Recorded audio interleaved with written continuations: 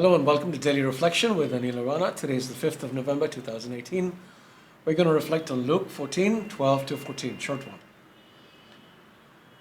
Jesus said also to the one who had invited him, "When you give a luncheon or a dinner, do not invite your friends or your brothers or your relatives or rich neighbors, in case they may invite you in return and you would be repaid. But when you give a banquet, invite the poor, the crippled, the lame, and the blind. And you will be blessed because they cannot repay you, for you will be repaid at the resurrection of the righteous." The Gospel of the Lord. I had a friend who visited me last week, and she said something that made me wince. She said that a lot of the group she prayed with back in Canada made a big thing about how they were all a huge, big, loving family, but how when it came to Thanksgiving or Christmas, she was always alone because nobody thought of inviting her.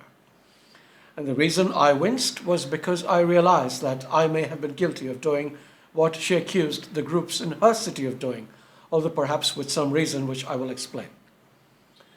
I wonder what the person who invited Jesus to a party felt like when Jesus rebuked him. His first thought was probably, "What's with this guy? He's so rude." You'd have probably felt the same. I mean, when we invite people over to our houses, we expect them to be very courteous or at the very least diplomatic. If somebody were to just speak his mind with full knowledge that it might be insulting, wouldn't we take offense? But here's the thing. Jesus didn't mean to be rude. He just spoke the truth because he knew the truth would set his listeners free.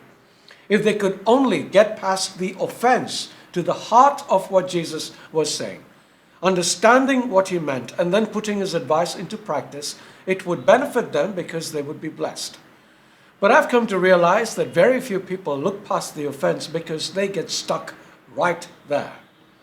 The reason I'm saying this is because what Jesus says today is true for most of us. When we throw a lunch or dinner, who do we invite? When we have a wedding party, how do we put together the invitation list? When we have a Christmas meal, who makes it to the table? And even if you do invite people of a lesser social standard, when you go around hugging the guests, who are the warmest hugs reserved for? So what do? I'm not going to tell you what you should do, but I'm going to tell you what I'm going to do. This Christmas, I'm opening my house to everybody, especially those who are single and don't have family. I'm not very extroverted and I find it hard to socialize, which is why I rarely throw parties. But this year, thanks to what my friend said and what Jesus said in the passage today, I'm going to make the effort. So if you are lonely and in the neighborhood, let me know. And on the way, if you see somebody who looks friendless, bring him along too. It won't be a great party, but at least we'll be together and we'll have a meal to eat. And as for my friend in Canada and all those who are sitting home alone this Christmas, why don't you invite somebody over for a meal? And like me, you too will be blessed. God be with you.